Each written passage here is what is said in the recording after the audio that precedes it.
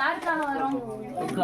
இந்த மழை வெயில் இந்த இப்ப எல்லாம் தண்ணி வேற ஒரு பக்கம் வீட்டுக்குள்ள ஊறிட்டு கிடக்குது. ஈரத்துலதான் பட்டு கிடக்குறோம். நைட் நான் கேட்கும்போது காலையில எழுந்தா எங்க உடம்பெல்லாம் ஈரத்துலதான் இருக்கிறோம். ஆனாலும் யாருக்காக? நம்ம குழந்தைங்களுக்கா? நீங்க நல்லா இருக்கணும், நல்லா படிக்கணும். அதுக்காக தானே இப்ப நாங்க இவ்வளவு தூரம் வந்து உங்களுக்காக செய்யணும். நீங்க என்ன செய்யணும்? அதை பயன்படுத்திக்கணும் இல்லையா?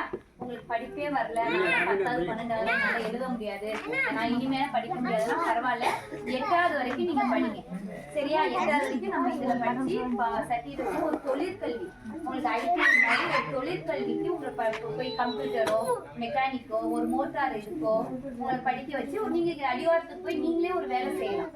ஏன் படிக்காம போனா யாராவது உங்களுக்கு வேலை தருவாங்களா? தெரியல. நீங்க மலையில இருக்கனால கீழே அருமை என்ன சரியா? அப்ப நீங்க ஒரு தொழிலை கத்துக்கிறதுக்கு நாங்க உங்களுக்கு தொழிற்கல்வி தான் படிக்க வைப்போம் சரியாப்பா? அது உங்களுக்காக தான் இதெல்லாம் செய்யறோம்.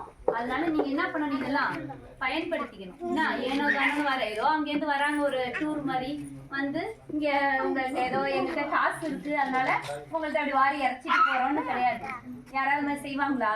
காசு தான் என்ன பண்ணுவாங்க? சொத்து தான் வாங்குவாங்க. யாராவது அடுத்தவங்களுக்கு போய் செய்வாங்களா?